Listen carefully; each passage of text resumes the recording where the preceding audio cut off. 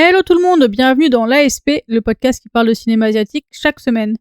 Aujourd'hui, pour notre épisode 78, on va parler de La légende de la libido, un film choisi par Kiko. Salut, ça va ? Hello, comment ça va ? Ça va bien et toi ? Très très bien.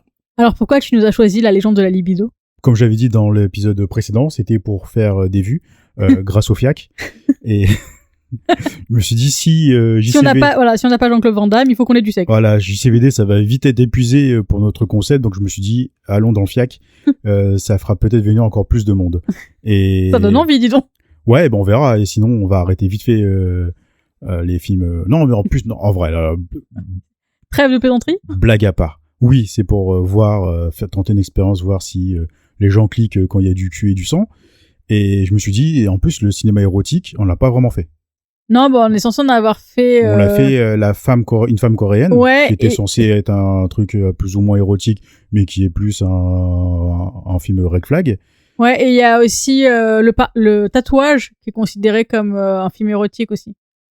Le genre, c'était effectivement. Ouais, il faut le dire très vite, très très vite. Oui, complètement. Puis après, je pense que c'est aussi les codes érotiques de l'époque, c'est-à-dire que c'est des codes ultra aseptisés, contrairement à ce qu'on peut voir aujourd'hui, c'est-à-dire que. Forcément, parce que le Pinko Iga dans les mêmes années, c'était quand même assez quelque chose d'assez. Oui, mais oui, bien sûr, mais ce que je pense, c'est des films qui sont pas que considérés comme érotiques, c'est-à-dire que c'est. Oui.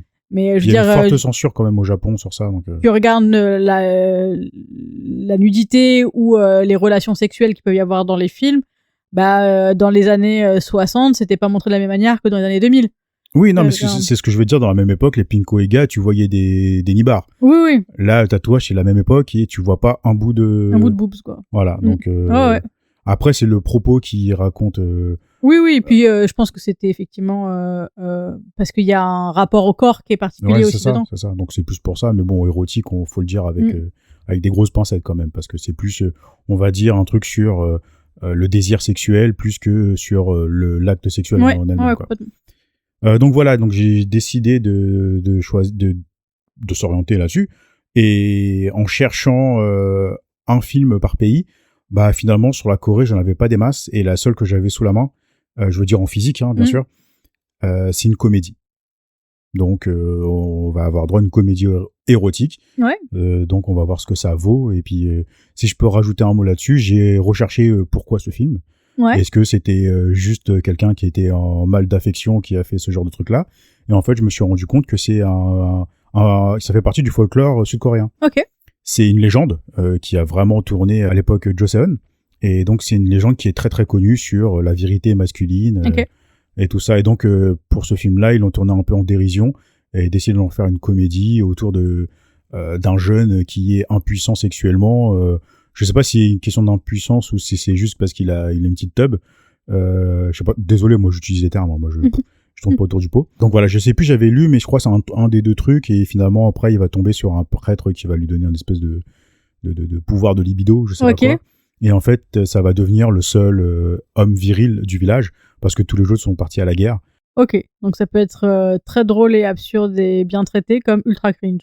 Ça dépend de l'angle qui est prévu. Ouais, ou les deux ensemble, c'est vrai. Ça dépend de l'angle qui est choisi, quoi. Donc voilà, je peux rien dire d'autre, parce que je ne connais pas cette légende.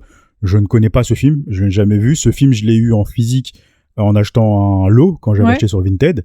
Et donc voilà, je l'ai eu avec. Je connaissais pas du tout l'existence de ce film. Et là, je viens d'apprendre l'existence de cette légende, donc on va aller découvrir ça. Et très bien, allons-y, c'est parti. Parti.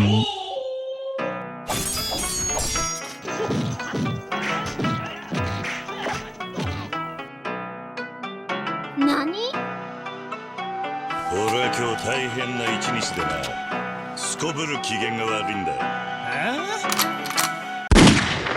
Donc on vient de voir La légende de la libido, un film sorti en 2008, réalisé par Shin Han-sol, d'une durée de 120 minutes.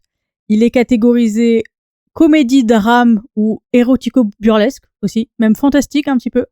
Donc voilà, c'est un peu un melting pot.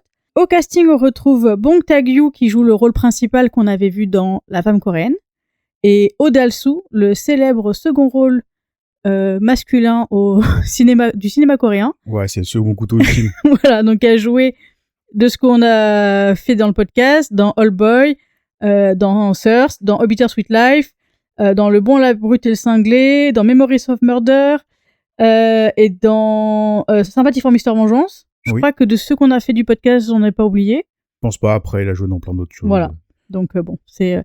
Et après, il y a d'autres acteurs et actrices, mais qu'on n'a pas forcément vus et qui sont pas forcément connus à l'international. Est-ce que tu veux bien nous dire de quoi ça parle?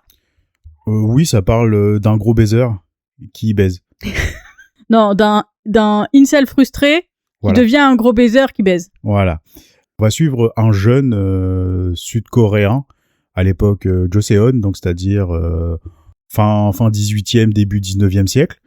Et donc, il vit dans un village où il vend des gâteaux de riz. Il est humilié par la gente féminine parce qu'il a un bisgeg. Donc, il va rencontrer un prêtre qui va lui donner une super potion de virilité. Et on lui a demandé d'en boire qu'une gorgée et de pas tout boire. Donc, forcément, je vous laisse deviner la suite. Donc, il se retrouve avec une libido inépuisable. Donc, voilà, il y a tout le village toute la gente féminine qui va passer sur lui parce que c'est le seul mâle du village pendant la guerre. Et à la suite de ça, il va engrosser tout le monde et puis ça va finir en bésodrome. T'en as pensé quoi? C'était nul. Ouais, pareil. C'était très très nul. C'était même pas drôle. C'était pas drôle. C'était rempli de problèmes. Ouais, problème, j'irai pas jusque-là. Ah si, il y a plein de trucs qui vont pas. Vas-y, continue, commence. Déjà, alors on va partir du commencement, dans la chronologie du film. Donc le village est plus ou moins dirigé par les femmes. Ce qui en soi est plutôt une bonne chose, sauf que en fait les femmes sont représentées comme des grosses nymphomanes qui peuvent qui vont tout le temps exploiter un petit peu sexuellement leur mari. Après il y a tout la problématique de l'humiliation du personnage principal parce que il a un petit pénis, donc déjà qui est en soi problématique. Ensuite il y a le fait que lui commence à devenir après viril selon la définition, donc c'est-à-dire juste avoir un gros pénis, c'est lui qui va. Toutes les femmes vont vouloir coucher avec lui, mais une fois qu'elles commencent, généralement il y a un moment où elles ont envie d'arrêter, sauf que lui s'arrête pas. Donc il y a des agressions sexuelles dans tous les sens, des femmes sur les hommes, des hommes sur les femmes. Après il y a le personnage principal qui est censé féminin principal, donc qui est la femme du jeune homme finalement. Elle est intéressante parce qu'elle parle pas. Où elle a 3 lignes de texte dans le truc. Tous les personnages féminins, au final, sont mis les uns contre les autres. C'est-à-dire qu'il y a ce côté de groupe féminin, mais au final, elles sont toutes en compétition les unes contre les autres. Donc il y a une sororité vraiment figurative. C'est pas du tout une vraie sororité. Je pense que tu vas hyper loin. Ouais, je pense aussi, mais... Tu vas beaucoup trop loin. Je crois qu'il y a rien de tout ça dans le film. Mais c'est pas grave. Si tu tournes dans le sens inverse, en fait, c'est plus une critique de notre société où c'est les hommes qui font l'inverse des femmes dans ce film, c'est tout. Ouais, mais justement, moi je trouve que c'est ça aussi qui est problématique. Ça veut dire que, pas vraiment... en gros, pour pouvoir faire une comédie sur la sexualité ou des choses comme ça, on est obligé de montrer des situations qui sont problématiques. Donc, pour que ce soit drôle, c'est pas les hommes qui vont les commettre, mais c'est les femmes. Non, je pense que tu vas beaucoup trop loin. Tu vas chercher des problèmes là où il n'y en a pas. Je pense que c'est plus de pointer du doigt une problématique existentielle dans notre société et le tourner à l'inverse avec dérision. C'est tout. Ouais, mais même la dérision, elle marche pas en fait. Non, elle marche pas. Mais ça, c'est autre chose. C'est autre chose que ce soit problématique et que tu mettes tout ce que tu dis, des agressions sexuelles, des machins. Je pense que tu vas beaucoup trop loin. Ouais, moi je trouve que ne serait-ce que par exemple le personnage de Chérie, elle s'appelle Chérie dans le film, elle est alors déjà il y a pseudo mariage arrangé, tout ça, donc le quiproquo du mariage ça tombe complètement à plat, tu le vois, à 10 000. Et surtout le médecin va lui dire au personnage principal, en fait elle a un problème corporel, donc il faut un corps pour la soigner, en gros faut que tu la kennes quoi. Ouais. Et ça c'est le principe de la définition de l'hystérie chez la femme qui a été portée pendant des décennies dans la société et dans la médecine, de une femme, si elle a un problème, il faut la soigner par l'utérus. Donc soit tu la kennes, soit après t'as plein d'exemples divers et variés. Donc ouais, mais c'est pas problématique, il raconte quelque chose qui existait déjà à cette époque-là.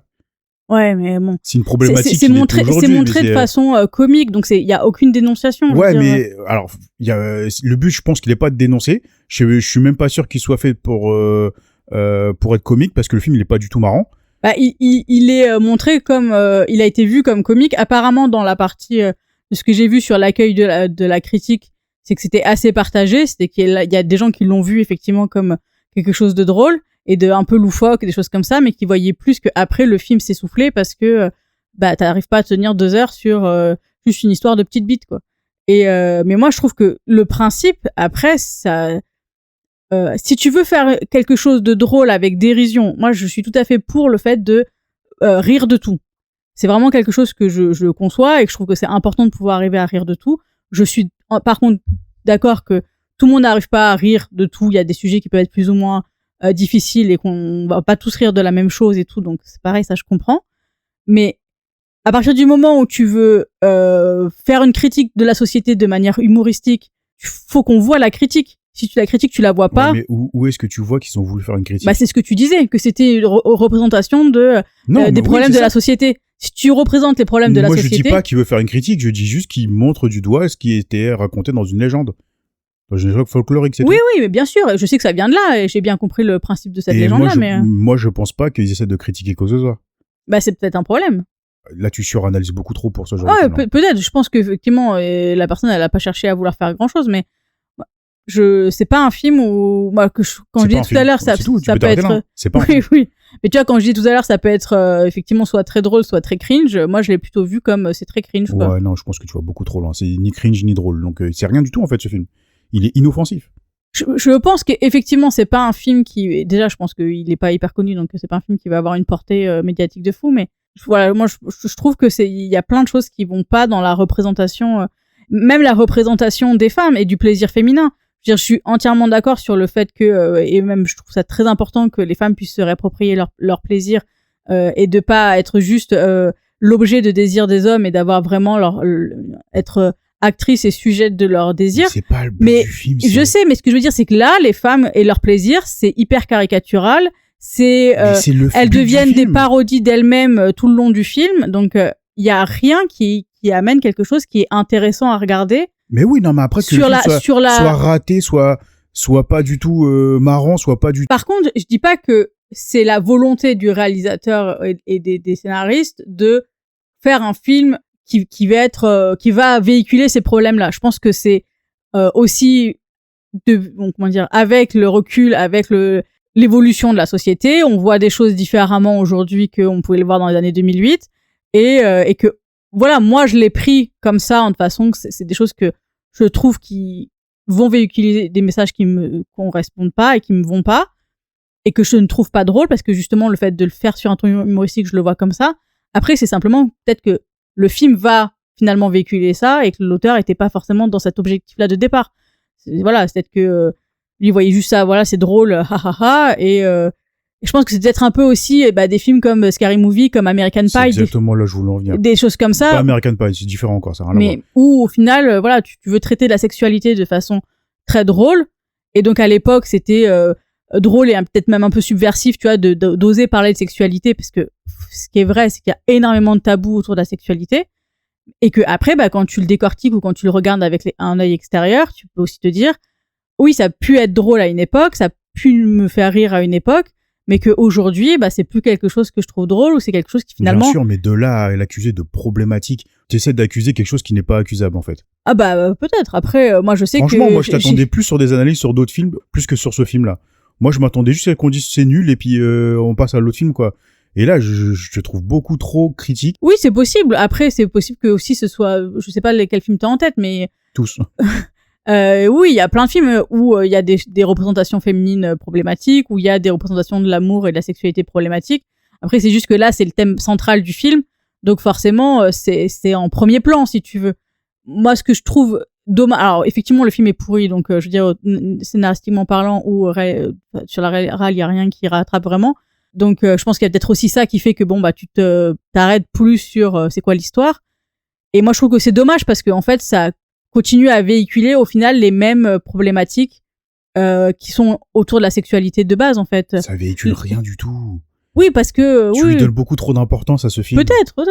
Moi, je te dis, c'est des trucs que j'ai pris comme ça, où je trouve dommage d'avoir ce culte de la performance, cette pression aussi de performance pour les hommes, Mais c'est pas problématique, ça existe vraiment. Oui, mais bien sûr que ça existe vraiment. Mais c'est pas parce que tu montres quelque chose qui est réel que c'est forcément problématique. Bah, si tu le tournes en dérision, ça veut dire que tu fais d'un problème réel quelque chose de sujet à moquerie, et donc quelque chose qui n'est pas sérieux et qui ne mérite pas de se pencher dessus, quoi. Donc on se penche sur rien du tout dans la vie, en fait. Mais justement, c'est ça que je disais tout à l'heure, c'est-à-dire que je pense qu'on peut rire de tout, et je pense que c'est intéressant aussi d'amener la comédie et l'humour dans le cinéma pour pouvoir traiter de sujets qui sont soit délicats, soit durs à aborder. Mais après, le truc, c'est que si tu le fais sur le ton de l'humour, il faut qu'on puisse voir justement qu'il y a quelque chose derrière. Oui, donc ça veut dire que si ça te fait rire, c'est pas problématique.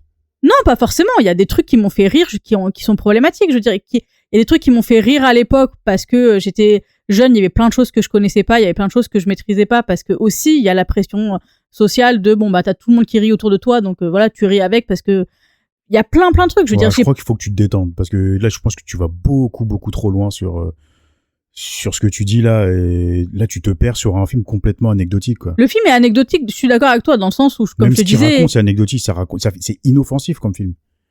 Et là, comment tu le balances, on croirait voir un film de l'extrême droite qui traite des viols et des violences conjugales, et pas du tout. Non, mais je suis d'accord avec toi que le film a pas une grande portée, et donc je veux dire, il y aura pas un message problématique. Peut-être que moi j'ai effectivement pris ça comme un des sujets que je trouve mal amenés, et donc qui ramènent des systèmes problématiques alors que c'était pas la volonté du film.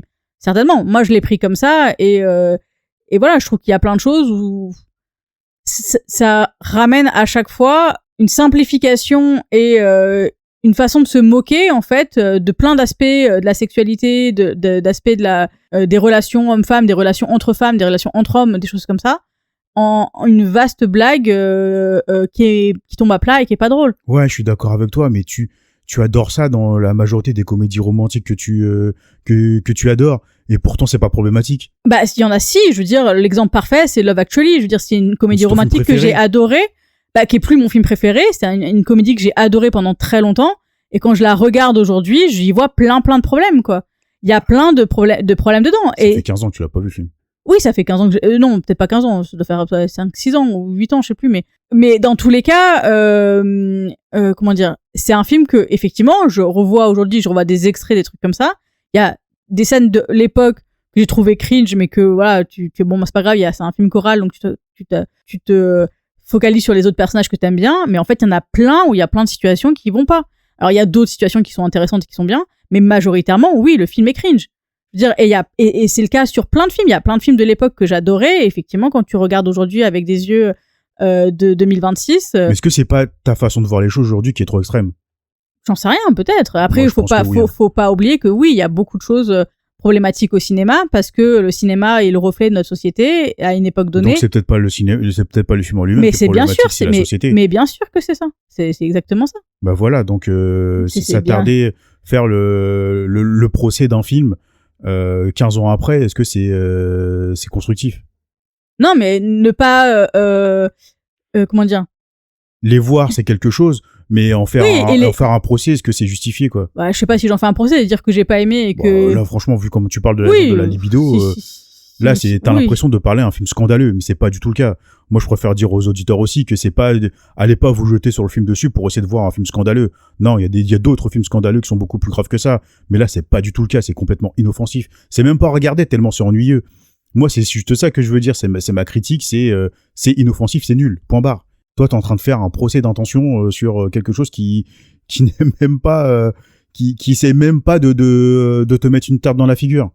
Ah, mais j'ai pas dit que le film avait une volonté à être subversif. J'ai jamais dit ça. Le ton que t'as employé, je t'attendais beaucoup plus sur certains films, et t'es beaucoup plus virulente sur ce film-là que sur de. Oui, ça, je te l'accorde, parce que je veux dire, j'ai pas tous les films en tête auxquels tu penses, mais oui, je sais qu'il y a plein de films où j'ai pas forcément abordé ces parties-là parce que c'était des éléments qui étaient ultra secondaires ou vraiment minimes dans le film, et donc je me suis attardée sur d'autres choses, ça c'est vrai. Après, moi, je pense que là, comme c'est le sujet principal du film, c'est forcément un sujet auquel je peux pas ne pas passer dessus, en fait, tu vois. Non, le sujet principal du film, c'est juste une super potion qui donne super libido et qu'il va se venger d'avoir été humilié. Oui, mais c'est exactement ça. Ça veut dire qu'il y a le principe de... Mais encore, tu vois, même moi, je suis en train de balancer des énormes mots pour rien. C'est pas vraiment une vengeance. C'est juste que le mec, ça y est, enfin, il peut ken, il est content, il ken, quoi. C'est tout. C'est juste ça, en fait, le film. Il y a rien.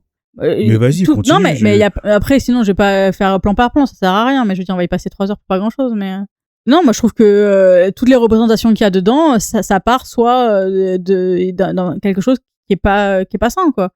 Je veux dire, les personnages vont le principe que les femmes soient à l'aise dans leur corps, soient pas complexées, voilà, et veulent avoir une sexualité qui leur convienne. J'adhère à 100%. Par contre, ça veut pas forcément dire aller tomber dans l'exhibitionnisme, tomber dans des agressions, parce que s'il y en a, je veux dire, la première fois du personnage principal, c'est une vieille qui le chope, qui le fait tomber dans sa baignoire et qui alors qu'il a rien demandé. Le nombre de fois où il se retrouve avec la tête entre les seins ou les mains entre les seins d'une meuf parce que elle l'attrape alors que lui il tourne la tête et il veut partir. C'est ça. Le gars qui va lui frotter le sgeg et alors il croit que c'est une meuf et il est déjà pas content, puis après il se rend compte que c'est un mec, donc voilà, c'est encore pire du point de vue du personnage. Donc c'est pareil, bon, tu rajoutes après un bon cliché homophobe. Donc oui, je suis d'accord que le film, il a pas une dimension, comment dire, il mérite pas, j'ai envie de dire, tout cette. Par contre, tu en mets plein la gueule. Mais non, il mérite pas qu'on s'énerve autant parce que effectivement, il en vaut pas la peine. Mais je veux dire, voilà, moi, à chaque fois, je me disais, ok, pourquoi on va là, pourquoi est-ce qu'il y a une critique à la fin qui sera faite. Tu vois, je veux dire, on fait un truc drôle, on fait une farce loufoque, humoristique comme le film est vendu, et à la fin, on traite ce sujet-là. Mais en fait, non, c'est juste ça pour rien, et le coup de la fin, c'est le mec qui baise un ours, quoi. Tu vois, je veux dire, y a rien. Je veux dire, C'est ce que je dis depuis le début. Y a rien. Sauf que t'as fait un monologue de 20 minutes. Ok, bah désolé pour le monologue. J'espère que tu feras la même chose sur les autres films, parce que moi, ça me donnera matière aussi à rebondir. Et ça serait parfait que tu fasses plus d'analyse aussi par la suite. Moi, ça m'arrangerait. Là, je me rends compte que je suis plus en train de t'attaquer toi qu'autre chose. Non, mais après, c'est correct. Je comprends que ce que je trouve dommage, c'est que justement, il soit resté sur le chemin problématique, en fait. C'est qu'il soit cantonné à ça. Alors après, c'est ça, c'est ce qu'on a dit, mais un nombre incalculable de fois ici. C'est les années 2000, c'est une représentation des femmes qui sont généralement des femmes objets. Là, ils ont voulu prendre le contre-pied en disant ce sera pas des femmes objets, mais sauf qu'en fait, c'est des dominatrices qui vont soit castrer leur mari, soit... De toute façon, quoi qu'on fasse, ce sera problématique. Je suis désolé, des films problématiques, beaucoup plus problématiques que ça, on en a vu beaucoup, et t'as été beaucoup moins virulente. Ouais, certainement. Donc pour ça, moi, je veux bien que tu sois virulente, mais sur un film comme ça, je comprends pas, en fait. Là, vraiment, je comprends pas. Bah, surtout qu'en plus, c'est les rôles qui sont inversés. Donc je me dis, bah moi je trouve ça j'aurais pu trouver ça intéressant de voir d'un autre point de vue, justement de tourner ça un peu à l'inverse pour peut-être apporter aux hommes un miroir, un effet miroir pour leur montrer ce qu'est réellement un homme, quoi, dans la société. Donc j'aurais pu trouver ça intéressant, sauf que c'est très mal fait. Oui, mais c'est exactement ça. C'est tout. Moi, je veux pas l'accuser d'être problématique, d'être quoi que ce soit. C'est juste que ça aurait été intéressant si ça aurait été un vrai reflet de nos sociétés. Ça l'est pas, c'est raté, c'est tout. Ça, on est d'accord, c'est raté. Mais donc, dans tous les cas, enfin moi j'ai lu parce que c'est même pas la vraie légende. Là, ils ont complètement réécrit le truc. Oui, j'avais vu que c'était très librement adapté. Une version, on va dire, un peu plus funky, mais qui n'est pas du tout funky, à part sur les blagues de pipi caca, quoi. Donc et puis encore ça se tombe à plat. Mais la vraie légende, en fait, c'est les deux personnages principaux, donc l'homme et la femme, qui vont se rencontrer parce qu'il y en a une qui est une féministe vigoureuse, okay. Et en fait à chaque rencontre avec un homme, en fait elle les épuise totalement, puis les hommes meurent, en fait. Donc elle trouve pas un homme assez vigoureux pour le garder indéfiniment. Et à côté t'as le héros, en fait, qui lui a une libido surdéveloppée, et donc en se rencontrant, en fait ils ont trouvé chacun chaussures à leurs pieds, quoi. Okay. Et donc ils vont passer le reste de leur vie reclus dans les montagnes à ken à tout va. Okay. Sauf que à côté il faut vivre, et puis il faut faire quelque chose de sa vie pour quand même survivre, surtout dans cette époque-là. Et donc sauf que le problème, c'est que l'homme, en fait, il est paresseux, et donc lui, tout ce qu'il veut, c'est boire, ken et ronfler, quoi. Elle est pas contente, donc elle lui met des coups de cuillère sur la gueule en disant bouge ton cul, puis il va couper du bois, quoi. Ok. En allant chercher du bois, en fait, il a tellement la flemme de descendre dans la forêt pour couper du bois qu'il va prendre le premier totem sur son passage. Et le totem, c'est un totem de protection du village. Et en le coupant, en fait, il va amener le mauvais œil sur lui. Et donc, en fait, il va se retrouver à mourir à petit feu en perdant ses membres, en pourrissant complètement, et jusqu'à la mort, quoi. Donc en fait, la jante de bas, c'est ça. Et j'aurais trouvé ça intéressant de voir ça, en fait. Ok, ouais, j'avoue. Ouais, carrément, l'histoire en elle-même m'intéresse beaucoup plus que de voir un faux reflet de notre société complètement mal fait. Ouais. Non, je suis d'accord. Donc voilà. C'est tout ce que j'avais à dire sur le film. Moi, j'ai rien d'autre à dire. Ok. Il y a d'autres problématiques à gérer, on va dire. Ouais, carrément. Est-ce que, donc, tu veux lui mettre... Non, est-ce que t'as une scène préférée? Pas du tout, à part peut-être... Ah aussi, j'en ai un, l'énorme jet de pipi qui va éteindre la forêt. Le geyser, ouais. Le geyser, en fait, il a une énorme envie. C'est après avoir bu la potion. Donc, t'as une espèce de running gag où à chaque fois qu'il va pisser, il a un jet normal. Et puis, t'as le médecin aveugle du village. Il reconnaît tout le monde à la façon de pisser. Et donc, à chaque fois qu'il voit ce petit jet là, il dit « Ah, ben c'est Björn, petite tub, quoi, qui est à côté de moi. » Il fait « Non, c'est pas moi. » Sauf que, en fait, un homme, c'est censé avoir un jet puissant. Et au moment où il boit la potion, il a un jet tellement puissant qu'il est même capable d'éteindre le soleil. On le voit littéralement. Et donc, au moment où il fait cette énorme pisse-là, il va en même temps éteindre le feu. Et donc, voilà, il va construire sa légende sur cette énorme pisse qui va éteindre le feu. Ouais. Voilà, c'est tout. Mais sinon, j'ai rien d'autre à parler ou à sauver du film. Et toi? C'est pas vraiment une scène préf en soi, parce que, voilà, vous avez compris de ce que je pense du film. On va dire c'est la scène où Björn et son frère, donc Björn était complètement bourré, son frère le porte pour rentrer chez lui et il passe sur un petit pont. C'est là où il rencontre le personnage de Sherry et en fait elle se met à danser sur le pont et en fait c'est une danse où elle est pas sexualisée, c'est juste un corps qui danse, qui bouge et donc j'ai envie de dire c'est ça. Après tu vois qu'il est pas problématique le film. Une scène sur tous. Hein. Non, j'essaie de sauver quand même le truc parce que là comment tu l'as fait. Ça, enfin, moi, ce qui me gêne en fait dans ta façon d'avoir attaqué le film, c'est que les gens en fait, ça va leur donner envie de voir ce qui est problématique. Ah oui, ouais, je vois ce que tu veux dire. Et c'est pas du tout le cas. N'allez pas le voir. Hein. Franchement, vous allez juste passer 2 heures d'ennui, mais total quoi. Oui, je suis d'accord. Il y a pas d'intérêt. Il y a rien à voir. Il y a rien de comique. Il y a rien de sexuel.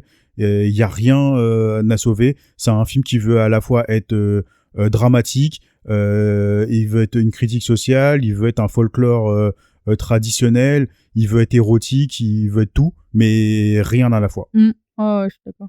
Voilà, c'est tout pour moi. Très bien. Tu lui mets combien? 0. On va dire 0,5 parce que sur Letterboxd, on peut pas mettre 0. Donc, Ah oui, c'est vrai, ouais, 0,5, allez. 0,5 sur Letterboxd. Voilà. Ouais, mais si tu mets 0,5 sur Letterboxd, ça fait 1 sur 10. Ah bah 0,5 sur 10. 0,5 sur 10, on est d'accord. Ça va? Ouais. Non, franchement, je veux dire, moi, j'ai rien à sauver du film, quoi. Non, il y a rien. Je me suis ennuyé.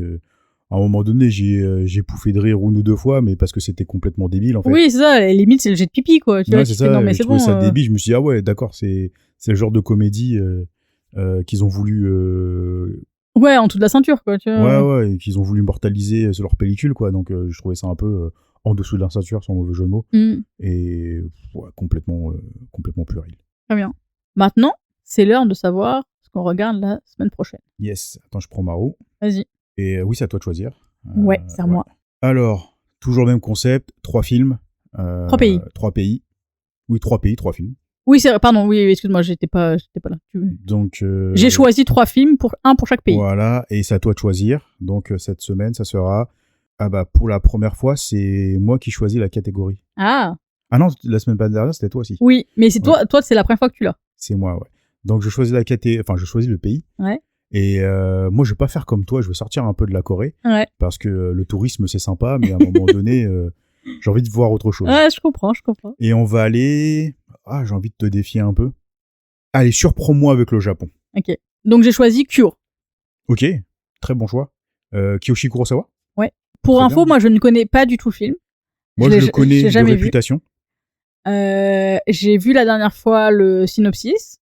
Et en fait, j'ai trouvé ça super intéressant. Comme je connais pas grand-chose autour, j'ai envie de me laisser découvrir le truc. Très bien, moi je trouve que c'est un bon choix. C'est un film que je rêve de voir depuis très longtemps. C'est un film que j'ai jamais réussi à mettre la main dessus à l'époque. Voilà, je suis content de le voir. En plus, on l'a en physique grâce à Joker. Ouais, j'ai hâte de le voir. C'est un gros morceau quand même.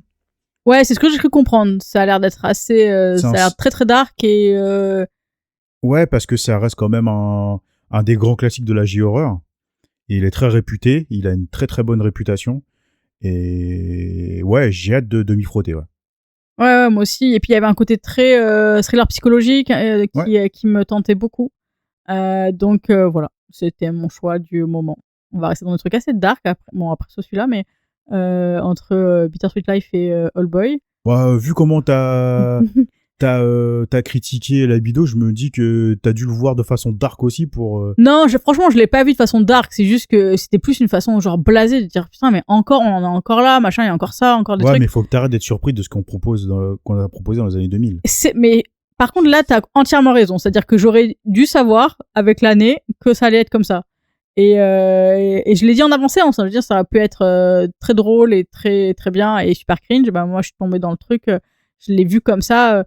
Et oui, c'est les 2 années 2000, on en a malheureusement vu plein, ils en ont fait plein. Et le pire, c'est que je pense que le film aura même pas fait rire à l'époque, quoi. Bah, d'après ce que j'ai lu un petit peu de certains avis, des choses comme ça, il y en a qui, effectivement, jeunes, trouvent ça très drôle. C'est pour ça que je faisais un peu la comparaison avec Scary Movie ou American Pie, des films qui ont pu faire super rire les jeunes qui, je pense, se sentaient un peu concernés, pouvaient se retrouver dans certains personnages, et ou justement avoir une critique très pipi caca et chabite, quoi. Et en fait, à l'âge adulte, tu fais bah non, en fait, c'est... Ouais, bon, après, c'est comme tout, hein. Il y en a qui rigolent sur Danny Boone, hein. Mais complètement, mais après, c'est ce que je disais aussi tout à l'heure. Il y a plein, on peut rire de tout, il y a plein, on rit pas tous de la même chose et au même moment. Oui, c'est ça. Donc voilà, c'est... Non, mais moi, je parle pour moi, en fait. Je pense pas que ce film m'aura jamais fait rire, en fait, dans n'importe quelle vie, dans n'importe quelle dimension, dans n'importe quel siècle, il m'aura jamais fait rire, en fait. Je trouve ça mais complètement mais nul, quoi. Ouais, mais entièrement d'accord. Même les blagues, finalement, il n'y en a pas tant que ça, hein. Bah, les blagues tournent autour du cul, autour de situations, de gags qui tombent complètement à plat à chaque fois, quoi. Tu vois, donc c'est... Ne perdez pas 2 heures de votre vie, vous avez d'autres choses mieux à regarder. Voilà. Donc, la semaine prochaine, on va regarder Cure. J'ai hâte. Moi aussi, beaucoup. Je pense qu'on va bien relever le niveau. Et puis voilà. D'ici là, portez-vous bien et à la semaine prochaine. Ciao. Ciao.